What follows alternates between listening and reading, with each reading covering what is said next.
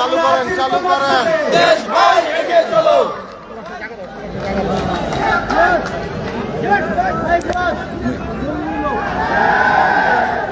পিছনে ধাক্কা দিয়ে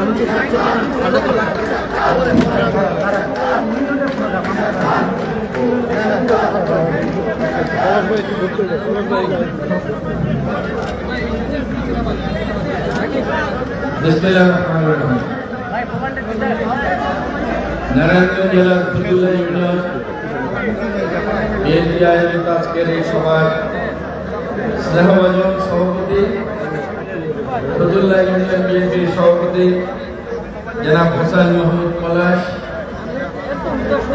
এই সভার সম্মানিত প্রধান বক্তা ফতুল্লা থানা বিএনপির সংগ্রামী সাধারণ সম্পাদক জননেতা জনাব অ্যাডভোকেট আব্দুল বারী ভূঁইয়া, মঞ্চে উপবিষ্ট ফতুল্লা থানার সাবেক সংগ্রামী সভাপতি, আমার অত্যন্ত শ্রদ্ধাভাজন ব্যক্তিত্ব জনাব অধ্যাপক মনিরুল ইসলাম মনির ভাই, এই সভায় উপস্থিত আমার অত্যন্ত স্নেহভাজন ছোট ভাই নারায়ণগঞ্জ তুলারাম বিশ্ববিদ্যালয় কলেজের সাবেক ভিপি, বিএনপির অন্যতম নেতা জনাব মাসুদুল ইসলাম রাজীব, মঞ্চে উপবিষ্ট সিদ্দিকুল থানা বিএনপি সংগ্রামী সভাপতি মাজেদুল ইসলাম, সাধারণ সম্পাদক ইকবাল হোসেন কাউন্সিলর, ফতুল্লা থানা বিএনপির সংগ্রামী সিনিয়র সভাপতি সুলতান মাহমুদ ভাই সহ বিএনপি এবং অন্য সংগঠনের আমার প্রিয় সহকর্মী নেতৃবৃন্দ, উপস্থিত আমার ভাই এবং বোনেরা,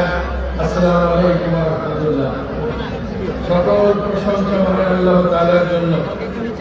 আমি প্রথমে আমার পক্ষ থেকে আল্লাহর নিকট অনেক অনেক শুকরিয়া আদায় করছি, যার অসীম অনুগ্রহ এবং দয়ায় দীর্ঘদিন শৈল শাসকের নিপীড়নের মধ্যে থাকার পর আমরা 5ই আগস্ট দেশ মুক্ত হওয়ার পর আজকে দীর্ঘদিন পর এই ফতুল্লা ইউনিয়নের আয়োজনে, বিএনপির আয়োজনে আজকে সবাই উপস্থিত হতে পেরেছি। সেজন্য আমি ধন্যবাদ জানাচ্ছি ফতুল্লা থানা বিএনপির সংগ্রামী সভাপতি হাসান মাহমুদ এবং সাধারণ সম্পাদক আলমগীর হোসেন সহ ফতুল্লা থানা এবং ইউনিয়নের নেতৃবৃন্দকে, যারা আজকে বিশাল জনসভার আয়োজন করেছেন। আমি ধন্যবাদ জানাচ্ছি আজকে যারা বিভিন্ন এলাকা থেকে এই সভায় আপনারা কষ্ট করে যোগদান করেছেন এবং আমার বক্তব্য আপনারা শুনছেন, সেই জন্য আপনাদেরকে সংগ্রামী ভাই এবং বোনেরা, আপনারা আমরা বাংলাদেশের সকল ইতিহাস জানি।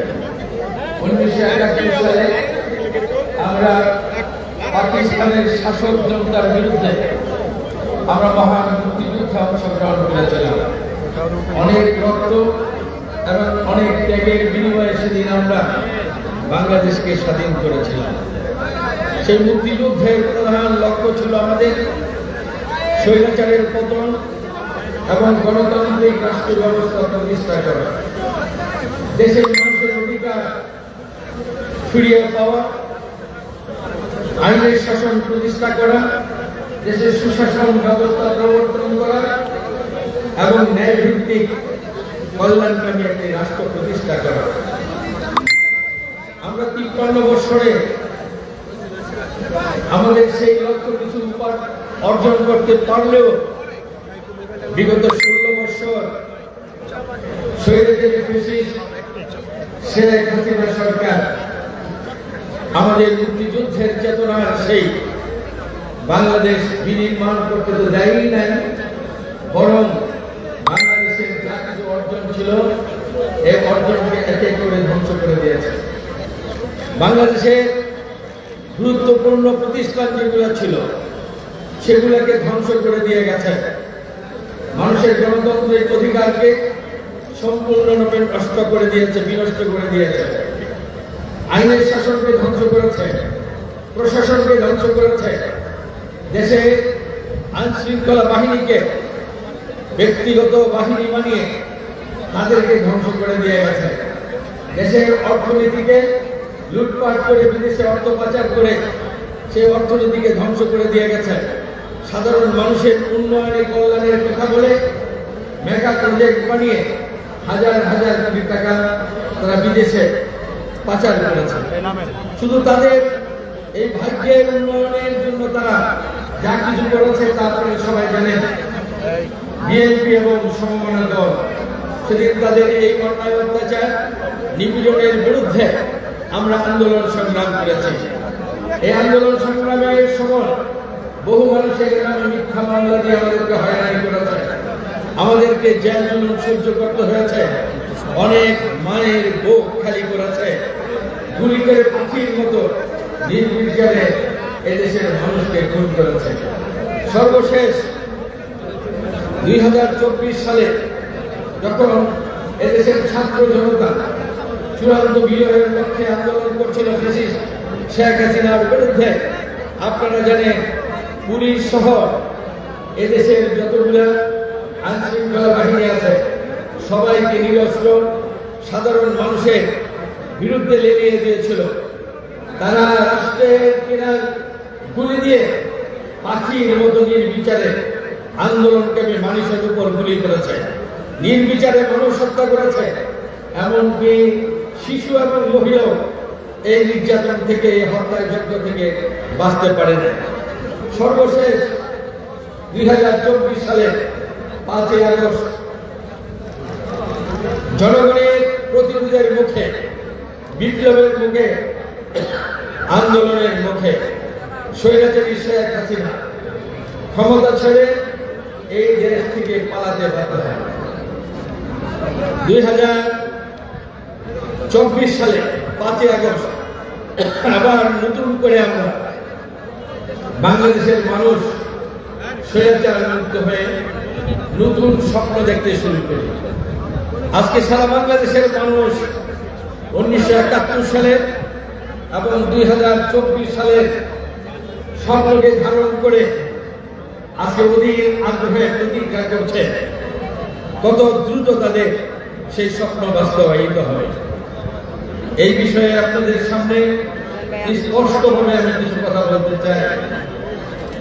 এদেশের মানুষ বিপ্লব ঘটিয়ে স্বৈরাচারী ফ্যাসিস্ট সরকারকে অপসারণ করার পর সম্মতি দিয়ে সর্বসম্মতি জ্ঞাপন করে নির্বাচন ছাড়াই কিছু ব্যক্তিকে আমরা এখানে অন্তর্বর্তীকালীন সরকার হিসাবে প্রতিষ্ঠা করেছি। এই সরকার নির্বাচিত না, কিন্তু এই সরকারের প্রতি সমর্থন রয়েছে এদেশের অগণিত মানুষের। কাজেই এই সরকারের সময় মানুষের প্রত্যাশা অনেক বেশি, কারণ জনগণের আস্থার প্রতীক হচ্ছে এই সরকার। এই সরকারের কাছে এখন মানুষ অনেক কিছু প্রত্যাশা করে। আমাদের দল আপনারা জানেন বিএনপি বাংলাদেশের সর্ববৃহত্তম রাজনৈতিক দল। এও আপনারা জানেন বিএনপি সবচেয়ে জনপ্রিয় দল। সেই কারণে বাংলাদেশের জনগণ এখন বিএনপির কাছে অনেক কিছু প্রত্যাশা করে। বিএনপি ক্ষমতায় নাই, কিন্তু সাধারণ মানুষ ভাবে যে স্বৈরাচার পালিয়েছে বিএনপি এখন ক্ষমতায়, কিন্তু আসলে আমরা ক্ষমতায় নাই। এখানে রয়েছে অন্তর্বর্তীকালীন সরকার। এই অন্তর্বর্তী সরকারকে আমরা বিএনপির পক্ষ থেকে সমর্থন দিচ্ছি, অন্যান্য দল সমর্থন দিচ্ছে, জনগণ সমর্থন দিচ্ছে। এই অন্তর্বর্তীকালীন সরকার কিছু কিছু সংস্কারের কর্মসূচি নিয়ে কাজ করছে। আপনারা লক্ষ্য করছেন এর মধ্যে পতিত স্বৈরাচার বিদেশে পালিয়ে গিয়ে পার্শ্ববর্তী রাষ্ট্রে আশ্রয় নিয়েছে। সেখানে থেকে আজকে তারা ষড়যন্ত্র করছে কি করে অন্তর্বর্তীকালীন সরকারকে ব্যর্থ করে দিতে পারে, কি করে মানুষের কাছে এই অন্তর্বর্তীকালীন সরকারের সমস্ত কার্যক্রমকে সম্পূর্ণভাবে বিরূপ প্রতিক্রিয়ার মধ্যে নিতে পারে এবং অন্তর্বর্তীকালীন সরকারের জনপ্রিয়তা কিভাবে ধ্বংস করে দিতে পারে। এই যে হীনমন্যতা নিয়ে আজকে ষড়যন্ত্র করছে, সেই ষড়যন্ত্র ইতিমধ্যে আপনারা দেখেছেন বিভিন্নভাবে দেশের অরাজকতা সৃষ্টি করার জন্য অনেক চেষ্টা, অনেক কার্যক্রম তারা হাতে নিয়েছে। সর্বশেষ যে জঘন্য কার্যক্রম তারা হাতে নিয়েছে সেটা হলো বাংলাদেশের ইতিহাস হচ্ছে পৃথিবীর মধ্যে সেই ইতিহাস যেখানে হিন্দু, মুসলিম, বৌদ্ধ, খ্রিস্টান অন্যান্য ধর্মের মানুষ আমরা সহ অবস্থান করি। সম্প্রীতির ক্ষেত্রে বাংলাদেশ পৃথিবীর মধ্যে একটি উদাহরণ ইতিহাস। সেই জায়গার মধ্যে হিন্দু ধর্মীয়দের ব্যবহার করে আজকে বাংলাদেশে দাঙ্গা হাঙ্গামা সৃষ্টি করার জন্য তারা চেষ্টা করছে। ইসকন নামের একটি সন্ত্রাসী সংগঠন দিয়ে তারা আজকে দেশের মধ্যে বিশৃঙ্খলা সৃষ্টি করার চেষ্টা করছে, দাঙ্গা হাঙ্গামা সৃষ্টি করার চেষ্টা করছে। এটা কেন করছে চেষ্টা? যাতে এই অন্তর্বর্তীকালীন সরকার ব্যর্থ হয়, যাতে আবার দেশে বিশৃঙ্খলা সৃষ্টি, দাঙ্গা হাঙ্গামা সৃষ্টি হওয়ার পরে ফেসির স্বৈরাচার আবার জাতির কাছে এসে চেপে বসতে পারে, এই ষড়যন্ত্র করছে। সেই জন্য প্রিয় ভাই এবং বোনেরা, আমাদের সবাইকে আজকে সচেতন থাকতে হবে। আমরা যে ত্যাগের বিনিময়ে দুইবার অর্জন করেছি বাংলাদেশের স্বপ্ন, সেই স্বপ্ন যেন কোনো রাষ্ট্র কিংবা কোনো ব্যক্তি গোষ্ঠী, কোনো দল যেন ধ্বংস করতে না পারে। এর জন্য বাংলাদেশের সকল পর্যায়ের জনগণকে সজাগ থাকতে হবে, এই ষড়যন্ত্রকে ব্যর্থ করতে হবে। এই জন্য আপনাদের কাছে আহ্বান জানাবো, আসেন আমরা সচেতন হয়ে বর্তমান সরকারকে সহযোগিতা করি। এই সহযোগিতার মধ্যে প্রথম কি করতে হবে? আপনারা জানেন স্বৈরাচারী সরকার পুলিশ বাহিনীকে নিজেদের বাহিনী বানিয়েছিল, দলের বাহিনী বানিয়েছিল। এদেশের নিরস্ত্র মানুষের বিরুদ্ধে তাদেরকে লেলিয়ে দিয়েছিল। তারা বুকের উপর গুলি চালিয়েছে। এই পুলিশ বাহিনীর বিরুদ্ধে, আইন শৃঙ্খলা বাহিনীর বিরুদ্ধে চূড়ান্ত আন্দোলন করে এই আইন শৃঙ্খলা বাহিনীকে আমরা পরাজিত করে বৈপ্লবিক সরকার আমরা প্রতিষ্ঠা করেছি। আজকে সেই কারণে পুলিশের মনোবল নাই। পুলিশ পালিয়ে গেছে, অনেক অপরাধের জন্য গ্রেফতার হয়ে আজকে জেল জুলুম খাচ্ছে, অনেকে চাকরিতে যোগদান করছে না। সেই জন্য আজকে লক্ষ্য করা যায় আইন শৃঙ্খলা পরিস্থিতি যেভাবে উন্নয়ন হওয়ার কথা ছিল, সেই উন্নয়ন আমরা পাচ্ছি না। তো সেই কারণে আপনাদের কাছে অনুরোধ জানাবো, এই আইন শৃঙ্খলা বাহিনীকে সহযোগিতা দেওয়া আজকে আমাদের দায়িত্ব। কারণ আমরা যদি তাদেরকে সহযোগিতা না করি, এই দুর্বল অ্যাডমিনিস্ট্রেশন নিয়ে আইন শৃঙ্খলা পরিস্থিতি উন্নত করা সম্ভব নয়। আর এই আইন শৃঙ্খলা যদি উন্নতি না হয়, তাহলে মানুষের নিরাপত্তা, মানুষের যানবাহন নিরাপত্তা বিধান করা সম্ভব হবে না। আর ষড়যন্ত্রকারীরা এই সুযোগটা নিয়ে আমাদের ভিতরে আত্মগ্রহ সৃষ্টি করবে, নৈরাজ্যের সৃষ্টি করবে, দ্বিধাদ্বন্দ্বের সৃষ্টি করবে, হামলার সৃষ্টি করবে, মামলার সৃষ্টি করবে। কাজেই আমাদেরকে আইন শৃঙ্খলা পরিস্থিতির উন্নতি প্রদান করতে হবে এবং এই তত্ত্বাবধায়ক অন্তর্বর্তীকালীন সরকারকেও আইন শৃঙ্খলা পরিস্থিতি উন্নয়নের জন্য সবচেয়ে বেশি গুরুত্ব দিয়ে কাজ করতে হবে। আজকে মানুষের প্রত্যাশা, স্বৈরাচার যখন ক্ষমতায় ছিল 16 বৎসর মানুষের উপর জুলুম নির্যাতন করেছে, অনেক মায়ের বুক খালি করেছে, রাজপথ রক্তে রঞ্জিত করেছে, অনেক মিথ্যা মামলা মোকদ্দমা দিয়ে অনেক মানুষকে কষ্ট দিয়েছে। এবং সর্বশেষ আইন শৃঙ্খলা বাহিনীর পাশাপাশি আওয়ামী লীগের সন্ত্রাসীরা রাজপথে অস্ত্র শস্ত্রে সজ্জিত হয়ে সাধারণ মানুষের বুকের উপর গুলি চালিয়েছে।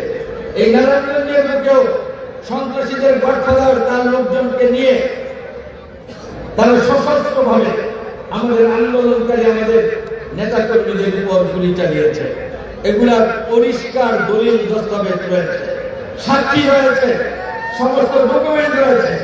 আজকে তাই এই অন্তর্বর্তীকালীন সরকারের কাছে বাংলাদেশের মানুষের আরেকটি প্রধানত দাবি হচ্ছে, যারা এই অন্যায় অত্যাচার করেছে, মানুষ হত্যা করেছে, অর্থ সম্পদ বাংলাদেশে লুণ্ঠন করেছে, মানবতা বিরোধী অন্যায় করেছে, তাদেরকে আইনের হাতে সোপর্দ করে শাস্তির ব্যবস্থা করার জন্য আজকে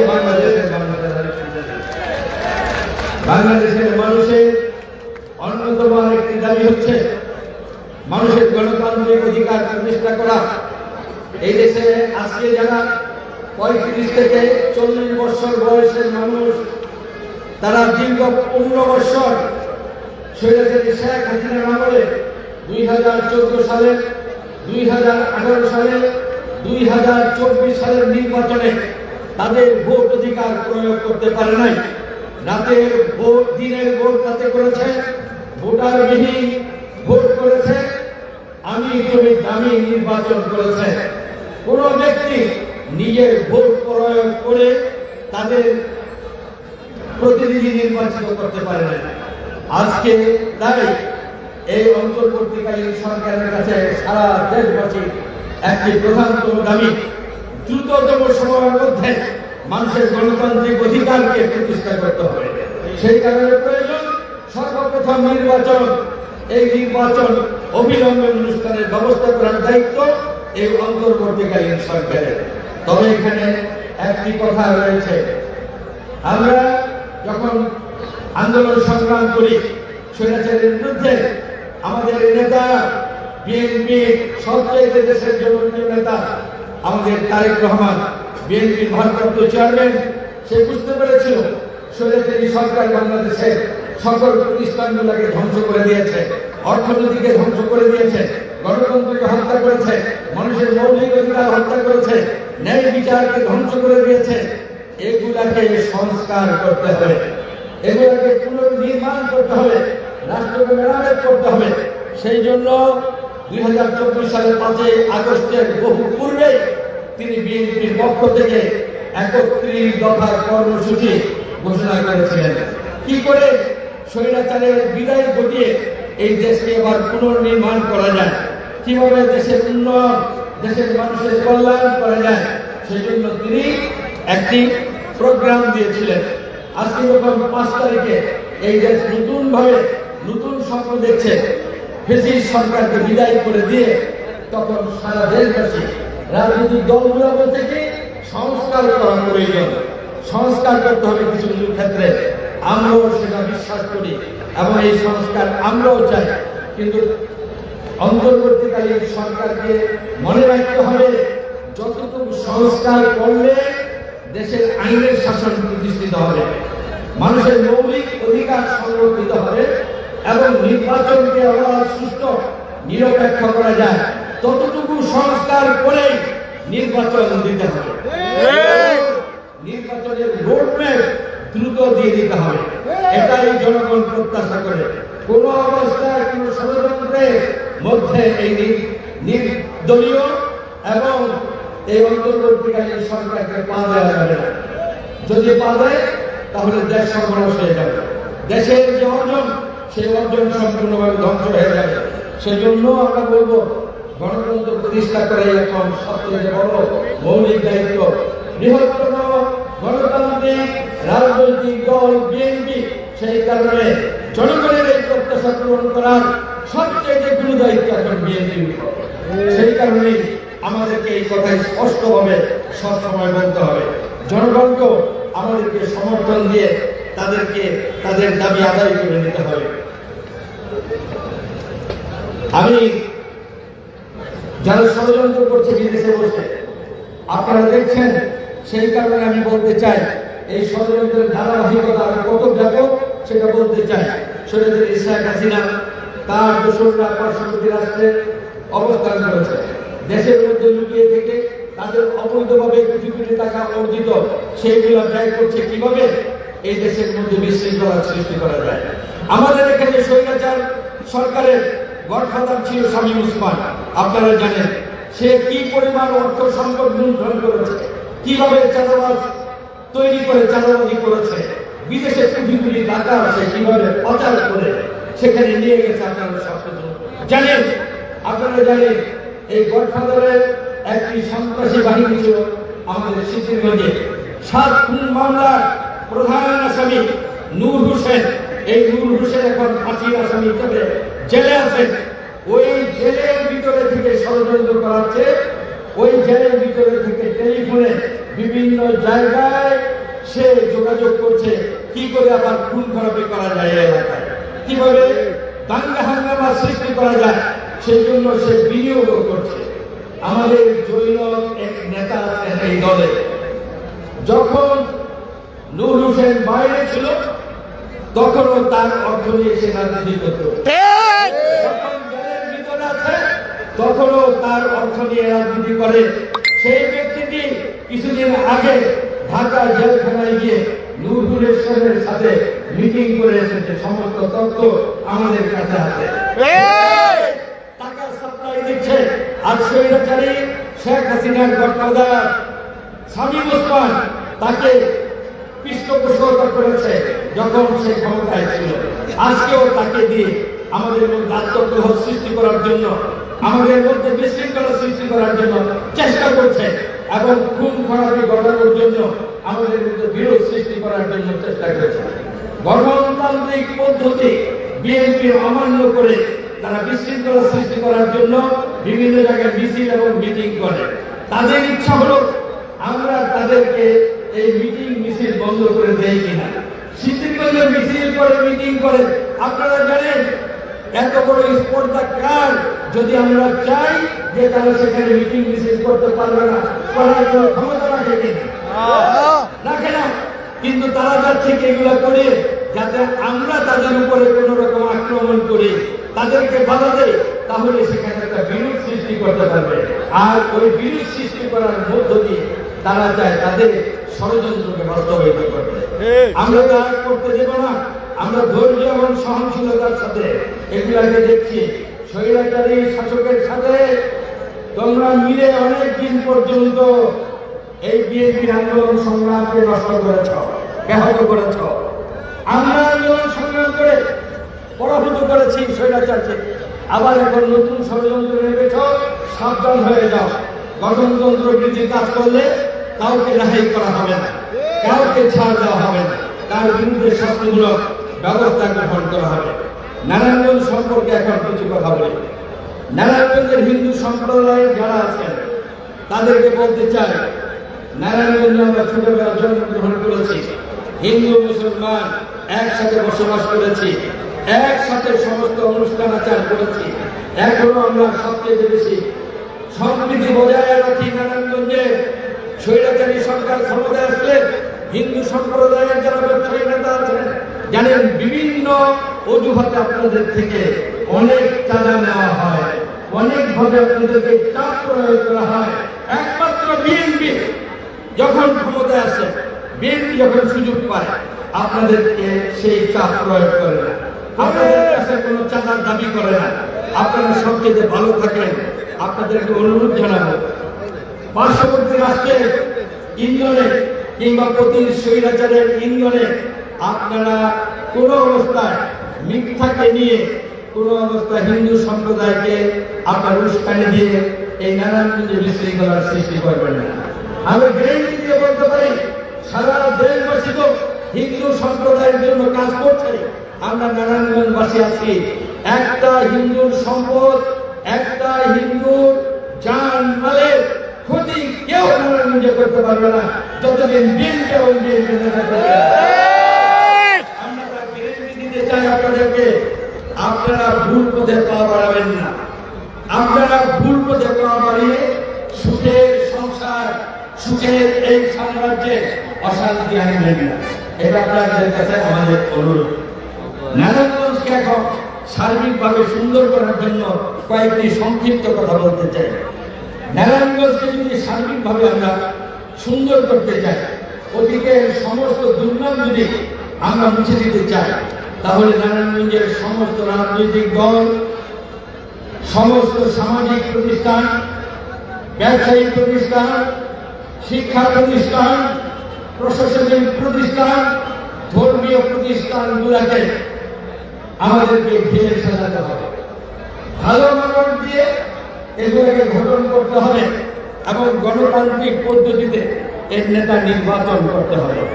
আমি তাই বলতে চাই, আসেন আমরা আমাদের রাজনৈতিক দলগুলোকে প্রথমত সৎ মানুষ, ভালো মানুষ দিয়ে, ভালো নেতা কর্মী দিয়ে সাজায়, যাতে করে মানুষ আশ্বাসী হয়, মানুষের সবাই নিজেদেরকে নিয়োজিত করতে পারে।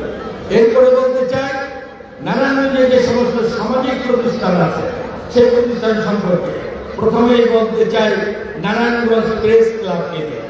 নারায়ণগঞ্জ প্রেস ক্লাব সবচেয়ে সম্মানজনক একটি প্রতিষ্ঠান নারায়ণগঞ্জবাসীর জন্য। এই নারায়ণগঞ্জ প্রেস ক্লাবের একটা সুনির্দিষ্ট গঠনতন্ত্র আছে। এই গঠনতন্ত্রে সুনির্দিষ্ট বিধিবিধান আছে, কি যোগ্যতা অর্জন করলে এই প্রতিষ্ঠানের সদস্য হওয়ার যোগ্যতা রাখবে এবং সেখানে দরখাস্ত করতে পারবে। এটা আপনারা যারা সাংবাদিকতা করেন তারা জেনে নিয়ে আপনারা ন্যায়সঙ্গতভাবে সেখানে সদস্য হওয়ার জন্য আবেদন করতে পারবেন। যারা সেখানে নেতৃত্ব দেয় তারা আপনার আবেদন বিবেচনা করে আপনাকে যদি সদস্য দেয় স্বাগত জানিয়ে আপনার সেখানে কাজ করবেন। আবার যারা ক্ষমতা আছেন তাদের ব্যাপারে বলতে চাই, গণতান্ত্রিক পদ্ধতিতে আপনারা এই প্রতিষ্ঠান যদি পরিচালনা করেন তাহলে আপনাদের মধ্যে বিরোধ বিভেদ সৃষ্টি হবে না। যারা যোগ্যতা রাখে তারা যদি আবেদন করে সেই আবেদন যথাযথভাবে বিবেচনা করে তাদেরকে আপনারা পদ দিবেন, সদস্য দিবেন, এটা আমরা প্রত্যাশা করি। গণতান্ত্রিক ধারাকে অব্যাহত রাখবেন, ক্ষমতা কুক্ষিগত করে আপনারা আপনাদের ঐতিহ্য নষ্ট করবেন না। আমরা রাজনৈতিক দল যখন কোনো প্রকার খারাপ কিছু করি আপনারা আমাদেরকে গণতন্ত্রের শিক্ষা দেন, আপনারা আমাদেরকে অনেক কিছু দীক্ষা দেন। আর আপনাদের মধ্যে যদি গণতন্ত্র না থাকে, আপনাদের মধ্যে যদি স্বৈরতন্ত্র থাকে, স্বার্থপরতা থাকে, তাহলে কোন মুখে আপনারা জাতিকে সত্যিকারের পথ দেখাবেন? এটা আমাদের প্রশ্ন। আমরা চাই এই প্রেস ক্লাব গণতান্ত্রিক পদ্ধতিতে সকল সাংবাদিকের একটা অধিকার নিয়ে প্রতিষ্ঠিত হোক। এরপরে রয়েছে আমাদের কতগুলো ব্যবসায়িক প্রতিষ্ঠানে নারায়ণগঞ্জে, এই ব্যবসায়িক প্রতিষ্ঠানে স্বৈরাচারী দোসরদের যারা আছে, 15 বছর যারা শুল্ক করেছে, স্বৈরাচারের দালালি করে যারা অর্থ সম্পদ লুণ্ঠন করেছে, তাদেরকে সেখান থেকে বিদায়ী করতে হয়। গণতান্ত্রিক পদ্ধতিতে সেখানে ভালো ব্যবসায়ী যারা আছে তাদের দিয়ে সেখানে কমিটি করতে হবে, সেই কমিটি সুন্দরভাবে ব্যবসা বাণিজ্য পরিচালনা করবে। এবার আসি আমরা প্রশাসনের মধ্যে যেগুলা রয়েছে, অনেকগুলা সংস্থা, ক্রীড়া সংস্থা রয়েছে, সাংস্কৃতিক সংস্থা রয়েছে, অনেকগুলা সামাজিক প্রতিষ্ঠান রয়েছে। আমরা বলবো সেখানেও যার যে যোগ্যতা আছে, যে কাজে যে যোগ্য তাকে দিয়ে সেই প্রতিষ্ঠানগুলো করতে হবে। অনেক রাজনৈতিক দলের নেতা আছেন, দূর দূর করে প্রশাসনের কাছে যান, কে কার দলে সেই মানুষগুলাকে বিভিন্ন কমিটিতে দেওয়ার জন্য চেষ্টা করছেন। এই চেষ্টা ছেড়ে দেন, এগুলো ভালো না, এগুলো স্বৈরাচারের কাজ।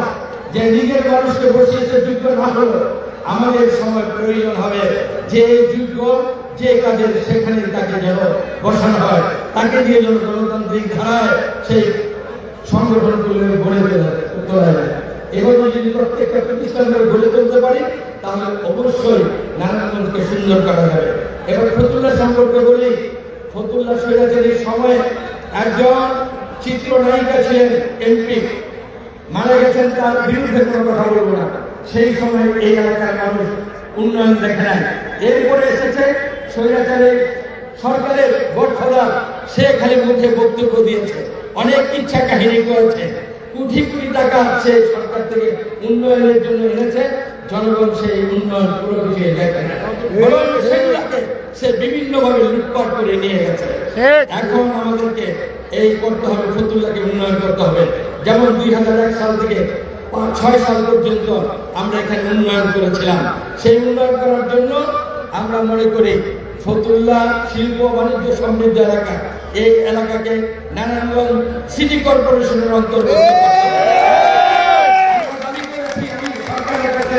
আমি চিঠি দিয়ে দাবি করেছি, প্রশাসনের সাথে কথা বলেছি, ইউএনের সাথে, যাতে করে দ্রুত ফতুল্লাহকে নারায়ণগঞ্জ সিটি কর্পোরেশনের অন্তর্ভুক্ত করা হয়।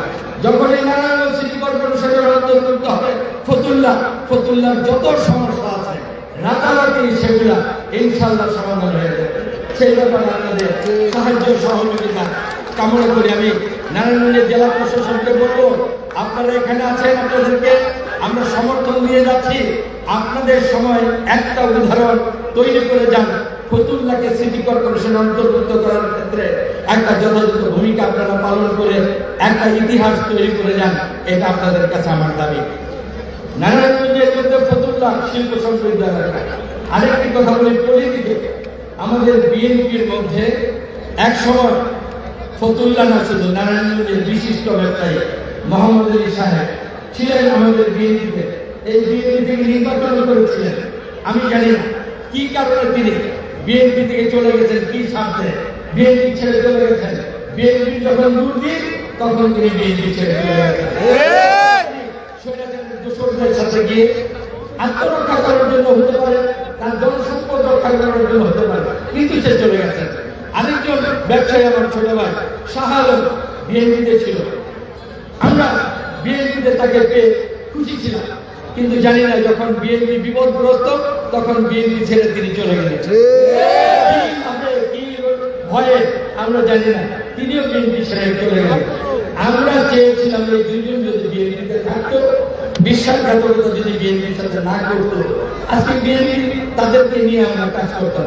আমাদের তাদের বিরুদ্ধে কোনো অভিযোগ নেই, তারা আমাদের সন্তান এবং বিশিষ্ট জন, কিন্তু ভয় পাইলে তো রাজনীতি করা যায় না। ব্যক্তিগত স্বার্থের কথা চিন্তা করলে তো রাজনীতি করা যায় না। ওনারা চলে গেছে, এখন মাঝে মাঝে ওনারা নাকি আমাদের বিএনপির কোন কোন নেতাকে সুশুলি দেয়, সুশুলি দেয়। এই যে সুশুলি দেয় লাভটা কি? লাভ নাই তো, কারণ বিএনপি আপনারা ত্যাগ করে গেছেন, বিএনপি আপনাদেরকে ত্যাগ করে নাই। এটা আপনাদের স্বভাবগত কারণে করেছেন, হয়তো অভাবগত কারণে করেছেন, হয়তো ভীতি থেকে করেছেন, এটা তো আপনারা করেছেন। আমরা তাই বলতে চাই, ফতুল্লাহকে ঢেলে সাজিয়েছি নতুন আঙ্গিকে ভালো কমিটি দিয়ে। এই কমিটির মধ্যে কেউ কেউ বিপদগামী হয়েছে, 5 তারিখের পরে লুণ্ঠন করেছে, চাঁদাবাজি করেছে, অগ্নিসংযোগ করেছে, জায়গা জমি দখল করেছে, তাদের বিরুদ্ধে শাস্তিমূলক ব্যবস্থা আমাদের নেতৃবৃন্দ করেছে। সেই কারণে তারা আজকে এই সকল সভায় উপস্থিত হতে পারে। মানুষ তাদেরকে ঘৃণা করে, মানুষ তাদের অপকর্মকে ঘৃণা করে। তাই আমরা বলতে চাই, ফতুল্লার নেতৃবৃন্দ এখন উপযুক্ত। এই নেতৃবৃন্দের ডাকে হাজার হাজার মানুষ আন্দোলন সংগ্রামের মিটিং আছে, তাদেরকে আমি অভিনন্দন জানাই। তাদেরকে জনগণ ভালোবাসে, আমিও তাদেরকে ভালোবাসি। এরপরে আর একটি কথা বলতে চাই আপনাদেরকে, ফতুল্লায় যারা নেতৃত্বে অনেক নিজেকে অনেক কিছু মনে করেন, তারা একটা ফ্রাস্ট্রেশন বুঝছেন। কোনো কোনো সময় বলে আমি বিএনপি প্রার্থী হবো আগামীতে, আবার কয়েকদিন পরে দেখা যায় অন্য দলের, ইসলামিক দলের কাউকে নিয়ে তারা মিটিং মিছিল করেন। তারা নিজেরাই বোঝেন যে তারা যোগ্য না, সেই জন্য আরেকজনের উপর বল করেন। ফ্রাস্ট্রেশনের মধ্যে বুঝছেন। আরে ভাই, আপনারা ফ্রাস্ট্রেশন ভুগেন কেন? আপনারা যে অপরাধ করেছেন মানুষের কাছে ক্ষমা চান, ক্ষমা চেয়ে আসেন, আবার আমরা বিএনপি করি, ভালোভাবে ফ্রাস্ট্রেশন মুক্ত হন, এর আনন্দ করে আপনারা রাজনীতি করতে পারবেন, রাজপথ প্রকম্পিত করতে পারবেন।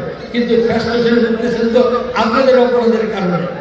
আপনারা যতই ভাবেন বড় বড় নেতা ধরে বাইরে টাকা পয়সা দিয়ে আবার বিএনপিতে কর্তৃত্ব করবেন, তা হবে না, তা হবে না।